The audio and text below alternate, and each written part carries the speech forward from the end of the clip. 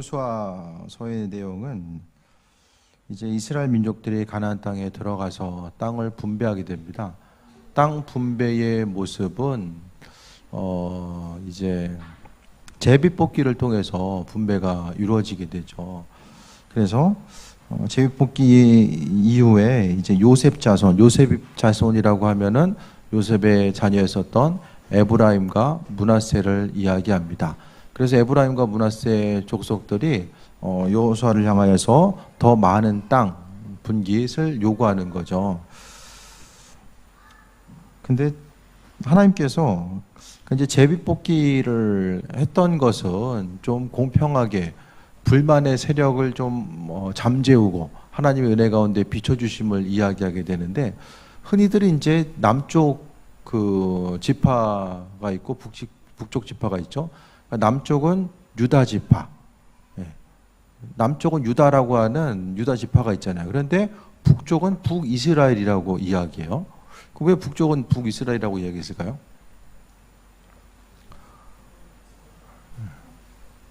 왜?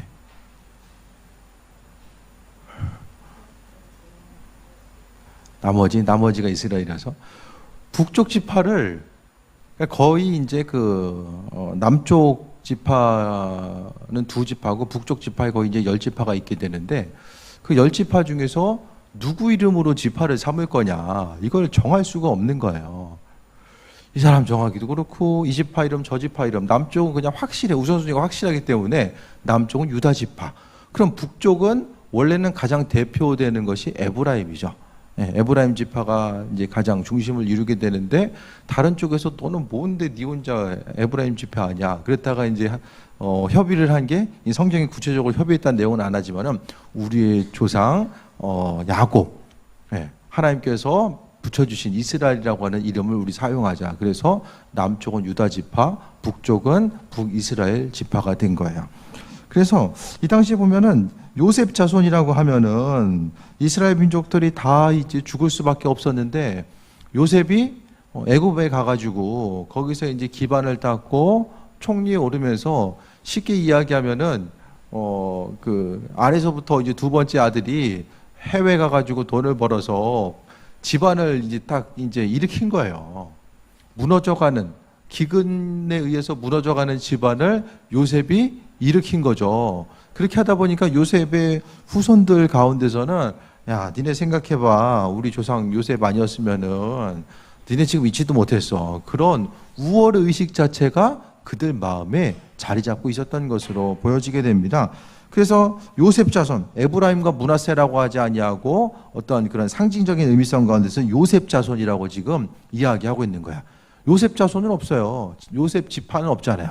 에브라임과 므낫세 지파. 그러니까 어떻게 생각하면은 요셉의 자손들이 그 할아버지였었던 그 야곱에게 좀 입양된 것 같이, 그렇게 해서 그 지금으로 이야기하면은 외삼촌들, 그러니까 친삼촌들과 같은 이 계보에 올라가게 되는, 그래서 요셉은 빠지고 에브라임과 므낫세가 12지파의 그런 그 범위 안에 들어가게 되는 것을 이야기합니다.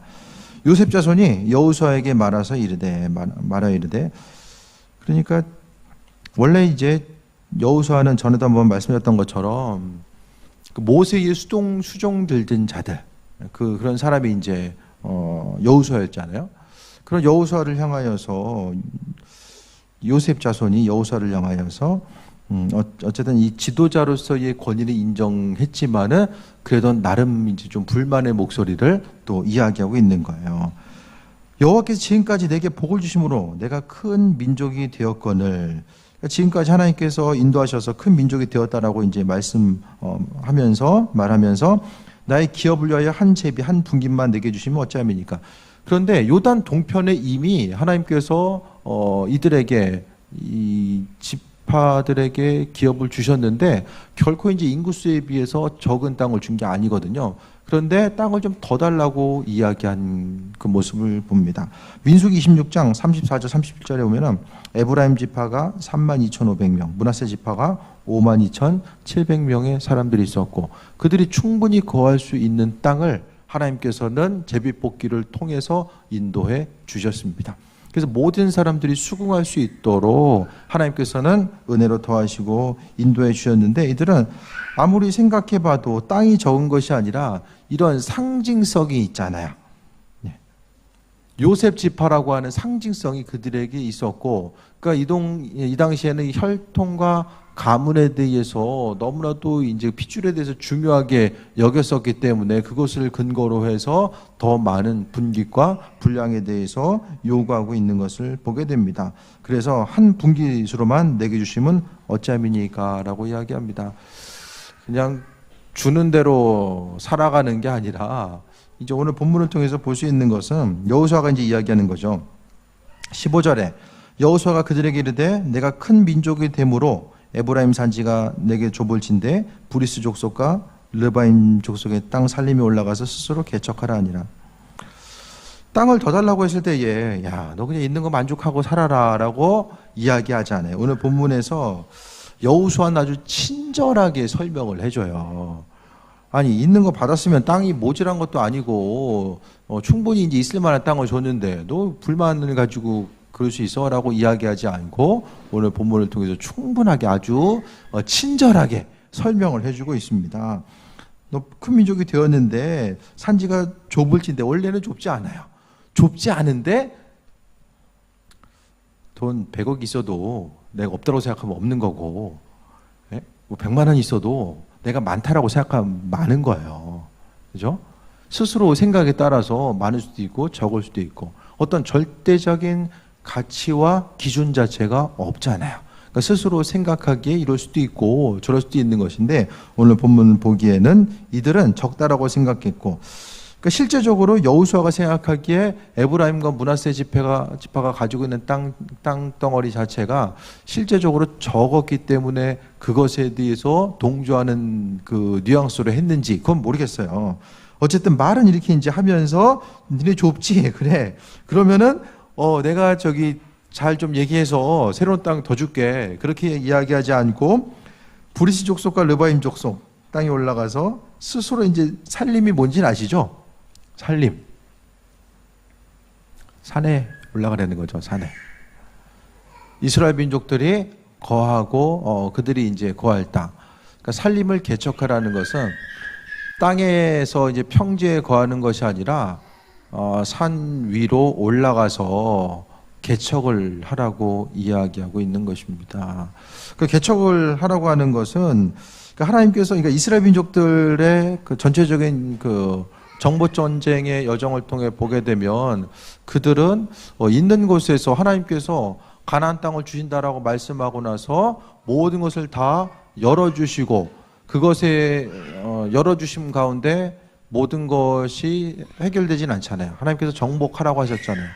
땅을 열어주시고 그 모든 그 가나안 땅에 살던 족속들에 대해서 정리하신 다음에 하나님께서는 편안하게 입성할 수 있도록 만들어 주신 것이 아닙니다.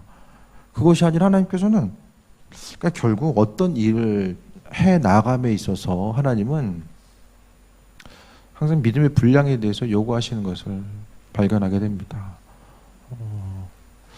처음에 이제 그 감당하지 못할 그런 상황들, 여러 가지 어려움들이 있었지만은 하나님께서는 그 순간을 통해서 광야 생활을 통해서 이스라엘 민족들이 하나님을 더 깊이 경험하고 나아갔던 것처럼 이들은 이 정복 전쟁을 통해서 하나님을 깊이 경험하고 또 그분의 살아계심과 인도하심을 경험하는 그 모습 또한 보게 됩니다.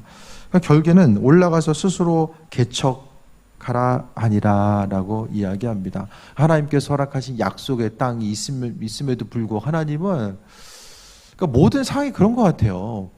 오히려 쉽고 편안하게 모든 것이 되어지면은 그것이 하나님 뜻일 수도 있지만은 또 반대로 아닐 수 있다라는 사실을 우리는 항상 또 기억해야만 합니다. 성경에서 하나님 뜻이라고 했을 때 모든 것이 그냥 일사천리로 탁탁 진행되고 어떤 막힘과 걸림돌이 없는 것처럼 보여줘도 그것이 아니라 하나님의 일하심과 인도하심 자체는 반드시 믿음을 통해서 넘어가야 되는 이런 과정들 자체가 존재한다라는 것에 대해서 우리가 말씀 여정 가운데 발견할 수 있게 됩니다. 그래서 산지를 개척하라라고 이야기합니다. 그랬을 때 16절에 요셉 자손이 이르되 그 산지는 우리에게 넉넉하지도 못하고 골짜기 땅에 거주하는 모든 가나안 족속에게는 베스안과 그 마을에 거주하는 자이든지 이스라엘 골짜기에 거주하는 자이든지 다 철병거가 있나이다. 그냥 쉽고 편안한 대로 좀 거기가 아니라 산지 개척하라는 것은 아래서 위로 올라가면서 산지를 개척하라는 것은 쉬운 게 아니죠. 산지에 뭐 있습니까? 올라가면은 평지가 좋죠. 산지에 가가지고 똑같은 땅이 있는데 산으로 갈래? 땅으로 갈래? 그러면 평지로 가려면 평지 가겠죠. 그런데 산지로 가서 개척하라고 하는데 문제가 생겨요. 이스라엘 골짜기에 보니까 그래도 산지 가운데서 모든 다 산만 있는 것이 아니라 그래도 농사 지을 수 있는 땅은 좀 존재한 거죠. 그런데 철병거가 있다라는 거. 이 당시에 보면은 이스라엘 민족들은 철기 문화가 아니라는 것을 제가 계속해서 말씀드려요. 철기가 없었어요. 그러니까 이 당시 또 보게 되면 철이라는 것은 아주 이제 그 후대에 철이 이제 들어오게 되거든요. 그런데 철병거가 있다라는 것은 좀 시대를 앞서가지고 좀 기록한 것 같아요.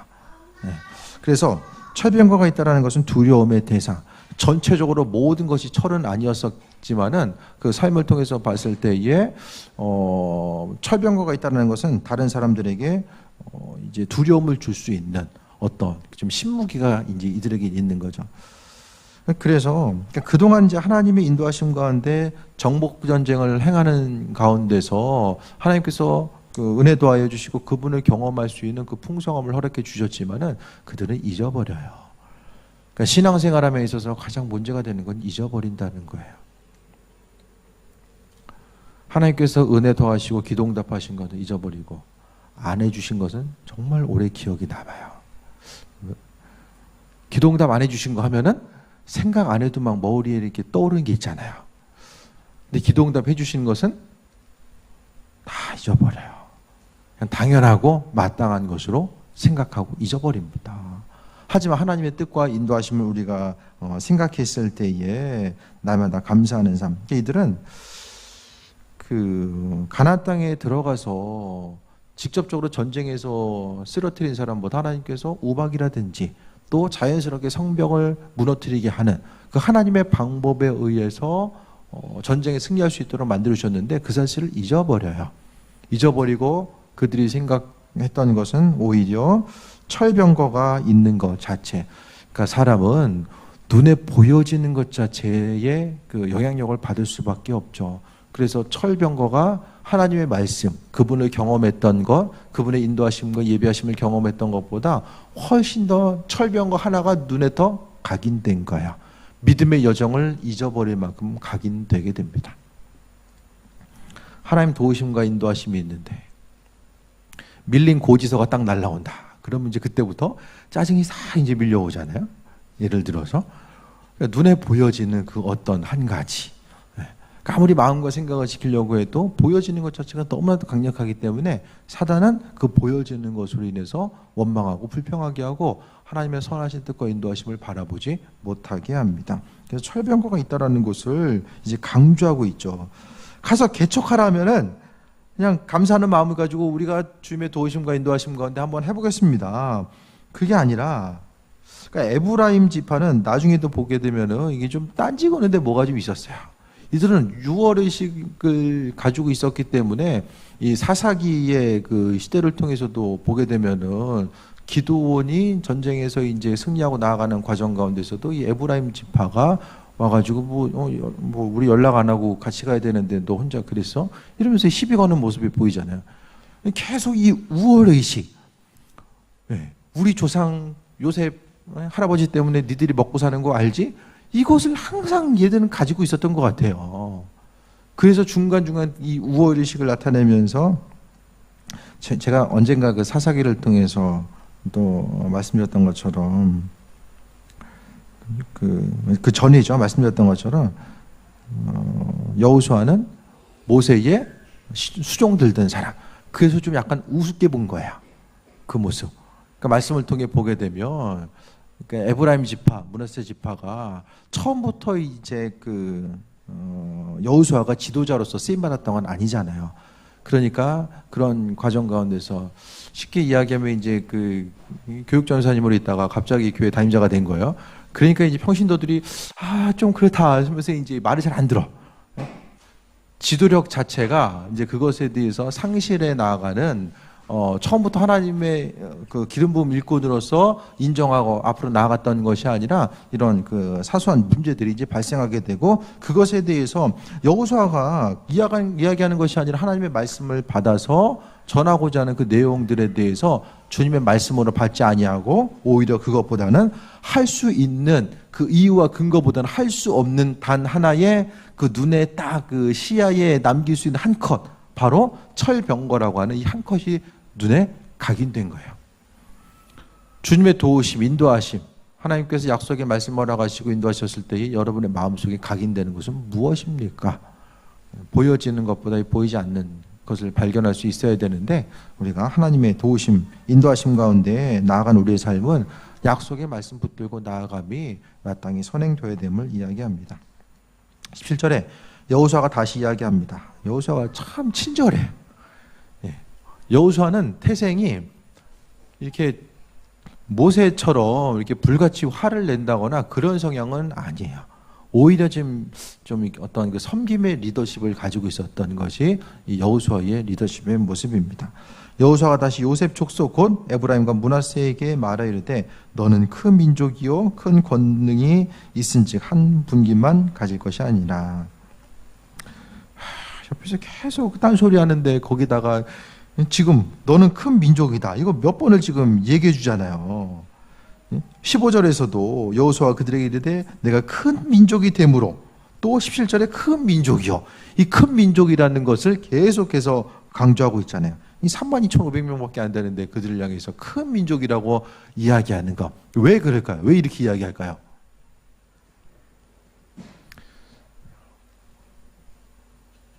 스스로 잘났다고 생각하는 사람한테 너 잘나지 않은 거 알지? 그럼 대화가 안 되잖아요. 그러니까 최대한 그래도 상대방을 인정해 주면서 그래 너 스스로 큰 민족이야. 왜? 그때 실제적으로 하나님께서 에브라임과 므낫세 자손을 통해서 하나님의 크신 약속을 또 이루시고 인도하신 그 모습들이 있었기 때문에 이렇게 인정해 주는 거야. 그래서 사람들과 이게 대화와 관계성 가운데서 있는 그대로 이야기하는 것 자체가, 우리는 그냥 아무 생각 없이 있는 그대로 이야기할 때가 있잖아요. 그런 대화한다라는 거, 이 섬김의 모습으로, 배려하는 모습으로 나아가기 위해서는 스스로 생각하는 부분을 어느 정도 인정해주고 높여주고 또 움직이는 부분도 아주 상당히 중요하다라는 것을 우리가 발견하게 됩니다. 그랬을 때에 너는 한 분기만 가질 것이 아니라, 그러니까 그 에브라임과 므낫세 자손이 이야기했을 때 동조를 해줘요. 그래 부족하지, 너 하나만 갖지 말고 더 가져. 그런데 또 똑같은 얘기를 해요. 18절에 그 산지도 내 것이 되리니 비록 살림이라도 내가 개척하라. 똑같은 얘기를 계속해요. 살림이라도 뭐해라? 개척해라. 그냥 주는 게 없어요. 값없이 허락하신 하나님의 은혜가 있는데, 하나님의 은혜 하면은 그냥 값없이 허락하시는 우리가 그것만 생각하잖아요. 그런데 성경은 나아가서 개척하고 취할 것에 대해서 이야기합니다. 심지어 철병거가 있는 산지이지만은 그것 때문에 흔들리고 두려워하는 삶의 모습이 아니라 가서 개척하라. 그 끝까지 내 것이 되리라라고 이야기합니다. 이건 무슨 말이죠? 예언의 선포죠. 예언의 선포. 하나님의 명령임과 동시에 예언의 선포로서 우리가 이해할 수 있게 됩니다. 가나안 족속이 비록 철병거를 가졌고 황할지라도 내가 능히 그들을 쫓아내리라 하였더라라고 이야기합니다. 믿는 자로서 우리들의 삶의 모습 가운데 항상 잊지 말아야 될 것은, 하나님께서는 믿음의 한 발걸음에 대해서 아주 중요하게 여기신다라는 것을 또 발견하게 됩니다. 하나님의 예비하심, 간절한 기도의 제목이 있고 어떤 그 움직이고자 했을 때에 그냥 가만히 기도만 해서 모든 것이 이루어지지는 않는다라는 거예요. 내가 기도하면 하나님께서 하나님 뜻 가운데 그냥 알아서 움직이시겠지. 근데 하나님은 몸을 움직여서 실제적으로 정복할 것에 대해서 말씀하시잖아요. 물론 하나님은 행하실 바를 이루세요. 그런데 중요한 것은 하나님께서 정복하시리라가 아니라, 그러니까 모든 것을 하나님의 방법에 의해서 나는 가만히 있는데 가가지고 하나님께서 이루시고 정복할 수 있도록 인도하신다. 그 내용이 아니잖아요.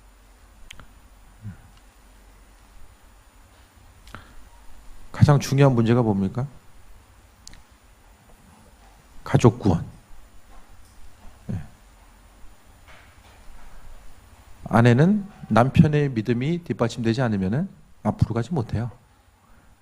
남편도 아내의 믿음이 뒷받침되지 못하면 앞으로 가지 못해요. 하다 정복하기 힘들어. 그냥 가는 거야. 정복해야 되는데 하지 못하고 남겨둔 거죠. 그러니까 계속해서 앞으로 가지 못해요. 정복해야 되는데.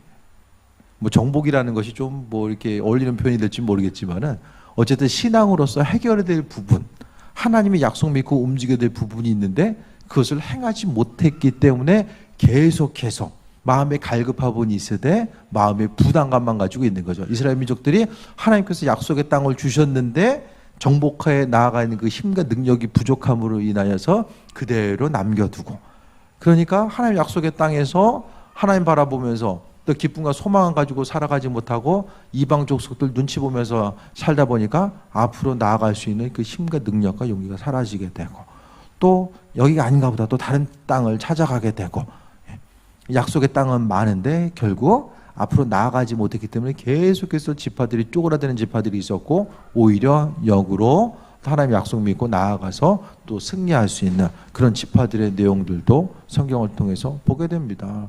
그러니까 우리가 하나님께서 약속하신 것, 그러니까 내 삶을 통해서 오늘 에브라임과 므낫세 지파 하나님께서 주신 것들이 있지만 더 정복해야 될 것들이 눈에 보인 거예요. 더 땅이 필요한 거예요. 그랬을 때에 분명하게 여호수아는 정복해라 라고 이야기합니다. 개척하라는 거. 하나님의 약속의 말씀은 그냥 이루어지지 않습니다. 하나님은 그분의 일들을 알아서 그냥 움직이시는 분이 아니라 철저하게 우리와 동행하고 교제하면서 그분의 선하신 뜻과 인도하심을 이루어 나가기를 원하시는 분임을 우리가 성경을 통해서도 볼 수 있게 됩니다. 18절 다시 한번 보면 비록 철병거를 가지고 강할지라도 싸워 이겨나가야 될 것들이 만만한 게 있습니까? 철병거와 같이 참 마음속에 부담감, 이것만 넘어가면, 이것만 정복하면 내 인생 가운데 정말 하나님의 은혜 가운데 강건함 누리고 기쁨으로 신앙생활을 할 수 있고 내가 강건함 누릴 수 있을 텐데라고 여기는 또 다양한 것들이 있을 거예요. 그것들이 있을 때에 그냥 후회와 아쉬움만 가지고 있을 것이 아니라 내가 능히 그를 쫓아내리라, 이 말씀에 대해서 기억하고 약속 붙들고 나아가는 거죠. 그러니까 중요한 건 얼마나 그 하나님 베풀어 주신 것들에 대해서 누리고자 하고 또 약속의 말씀 붙들고서 그 막힌 것을 뚫고 나아갈 수 있는 그 힘과 능력을 얼마나 구비하고 있느냐, 그것을 한번 점검해 봐야 됩니다. 가장 두려운 것은 익숙한 거죠. 익숙한 거. 조상들이 이겨내지 못하시니까 그 후손들도 여전히, 특히 이제 블레셋 족속들을 물리치지 못하니까 두고두고 계속해서 어려움 당해요. 다윗과 솔로몬 때에 어느 정도 누르기 전까지는 계속해서 어려움 당합니다. 조상들이 못하니까 그 후손들이 계속해서 고난 당하는 거예요.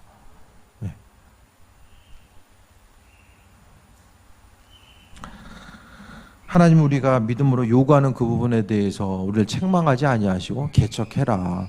힘들고 어렵고 눈에 보이는 환경에 어려움이 있다라고 할지라도 하나님께서는 능히 우리가 할 수 있다라는 믿음, 여호수아가 에브라임과 므낫세 족속을 향해서 하나님께서 큰 은혜를 그들에게 주셨는데 너희들이 할 수 있다라는 거, 하나님께서 그 일들을 행하게 하신다라는 사실에 대해서 한 분기만 가질 것이 아니라 개척해라 이야기하는 것은 하나님께서 주신다. 갈급함을 가지고 있는 그들의 심령 가운데 하나님께서 허락해 주신다라는 사실을 오늘 본문 가운데 말씀하고 있습니다. 그래서 우리 심령 가운데 우리는 멈춰 서야 될 때와 또 개척해야 될 때를 분명하게 구분짓고 분별해서 움직일 수 있어야만 합니다. 하나님의 약속의 말씀, 그러니까 철저하게 하나님은 하나님의 뜻이 있는데 그 뜻 가운데 우리의 인생의 길을 끊임없이 그 뜻이라고 하는 그곳에 맞추려고만 하는 분이 아니라 하나님께서는 많은 부분 우리의 생각과 우리의 관점 또 우리의 그 마음의 중심에 대해서 존중해 주시고 우리의 선택에 따라서 또 하나님께서는 이 모양 저 모양으로 또 만들어 가시는 부분을 우리가 발견할 수 있게 됩니다. 삶의 순간순간마다 우리가 믿음의 한 발을 내디뎌야 될 때가 언제인지 또 분명히 분별하고 성경을 통해서도 추가적인 기업, 그러니까 지금 내용을 보면 이스라엘 민족들이 그토록 가장 바라고 원했던 것이 바로 땅이에요. 땅, 가나안 땅. 그들에게 하나님께서 허락하셨던 그 40년의 광야 생활, 또 그 순간순간을 통해서 그들이 그토록 원했었던 가나안 땅인데 어쩌면은 그들은 하나님께서 문 열어놓고 기다리시는구나 그렇게 생각하고 들어갈 수도 있어요. 근데 막상 가보니까 하나님이 정복해라, 개척해라 이 말을 듣고 이들도 참 순간 좀 멍했을 수도 있죠.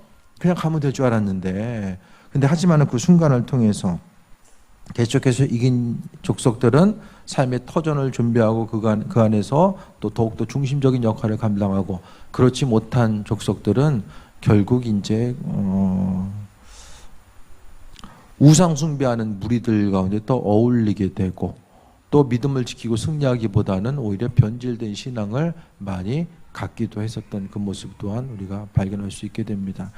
그러니까 신명기를 통해서 또 하나님께서 말씀하신 것은 가나안 땅에 들어가면 다 진멸시켜라. 그것은 그들이 가나안 땅에 들어갔을 때에 주변 족속들과 어울려서 믿음을 버릴 수 있는 이런 가능성이 상당히 컸기 때문에 그렇게 또 이야기한 것입니다.